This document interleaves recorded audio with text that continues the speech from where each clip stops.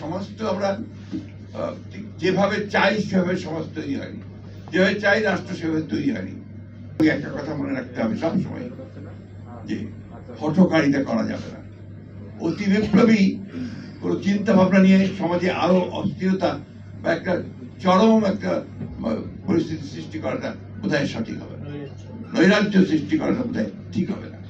এই কথাগুলো আমাদের মাথায় রাখতে হবে।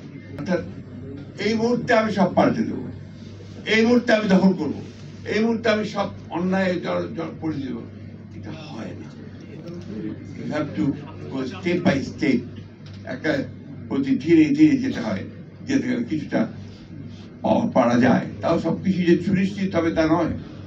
আমাদের এখানে এখন যে অস্থিরতা বিরাজ করছে, এই অস্থিরতা থেকে যদি আমরা নিয়ন্ত্রণ করতে চাই, যদি কন্টেইন করতে চাই, আমাদেরকে ধৈর্য ধরে পা ফেলতে হবে। এমন কিছু আমরা করব না যেখানে আমরা আরো নৈরাজ্যের সৃষ্টি করে আরো বিপদ আমরা যেন ডেকে না আনি। এই বিষয়গুলো আমাদেরকে মনে রাখতে পারে মনে করি। শহীদ জিয়া রহমান সাহেবের, আমাদের প্রেসিডেন্ট শহীদ জিয়া রহমান বীরুত্তম, তার মধ্যে ধৈর্যটা ব্যাপারটা ছিল এবং তার যে স্বপ্ন, দূরদৃষ্টি সম্পূর্ণ চিন্তা ভাবনাগুলোকে তিনি কিভাবে ইমপ্লিমেন্ট করবেন, বাস্তবায়ন করবেন, তার জন্য তিনি প্রথমেই কিন্তু যুদ্ধ শুরু করে দেননি। প্রথমে শুনেছেন, সমস্ত বিজ্ঞ মানুষদের নিয়ে বসেছেন। তিনি যারা বিভিন্ন ক্ষেত্রে যারা বিশেষজ্ঞ ছিলেন তাদের কথা বলছেন।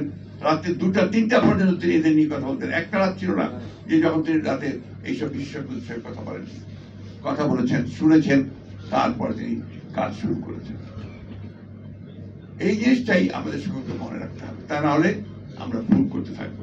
যে কখনো ধৈর্য হারাবেন না, আশা হারাবেন না। আমরা কেন জানি না, আমাদের প্রত্যাশা অনেক, কিন্তু ধৈর্য একেবারেই কম। এই তো মাত্র কয়েকটা মাস হয়েছে, এর মধ্যে সব পাগল হয়ে গেছে আমরা। এবং দেখেন আমাদের এই সরকার অনেক ভুল ত্রুটি করছে। ভুল তো করবেই, কারণ তার সরকারে ছিল না, রাজনীতি করেনি, রাজনীতির তারা অতটা জানেও না, বোঝেও না, তাই না? তাদের কিন্তু সেই সময়টুকু সুযোগ দিতে হবে।